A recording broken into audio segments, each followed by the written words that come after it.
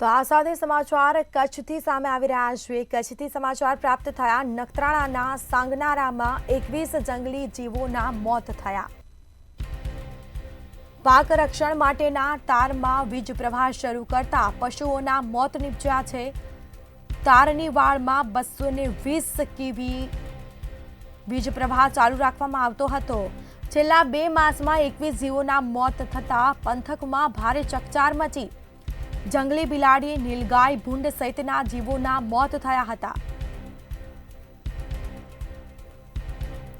તો આ સાથે સંવાદદાતા મહેન્દ્ર મારૂ ફોન લાઈન પર જોડાયા છે। જી મહેન્દ્ર, વિગત શું છે?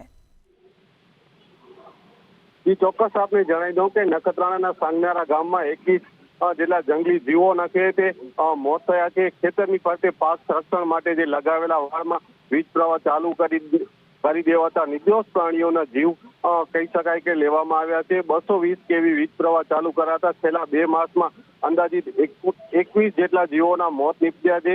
આ સમગ્ર મામલે વન વિભાગે દરોડો પાડી 2 શખ્સોની ધરપકડ કરી છે, જેમાં જંગલી બિલાડી, નીલગાય, ભૂંડ સહિતના જીવો છે તેનો સમાવેશ થાય છે। સ્થળ પરથી શિયાળ અને જંગલી બિલાડીના મૃતદેહો છે તે મળી આવ્યા છે, તેમજ અન્ય જે કોવાયેલી હાલતમાં પણ કહી શકાય કે મૃતદેહો મળ્યા છે। પોસ્ટમોર્ટમ માટે પ્રાણીઓના કહી શકાય કે મોત વીજશોકના કારણે થયા હોવાનું પણ ખુલવા પામ્યું છે। ત્યારે ક્યાંક ને ક્યાંક વીજશોકના કારણે થયેલા મોત બાદ વીજતંત્ર દ્વારા પણ આવા વીજ જોડાણોને રદ કરી અને કાર્યવાહી કરે તેવી પણ માંગ છે તે ઉઠવા પામી છે। જી બિલકુલથી તમામ જાણકારી આપવા બદલ આપનો આભાર। તો નખત્રાણાના સાંગનારામાં 21 જંગલી જીવોના મોત થયા છે। પાક રક્ષણ માટેના તારમાં વીજ પ્રવાહ શરૂ કરતા પશુઓ મોતને ભેટ્યા।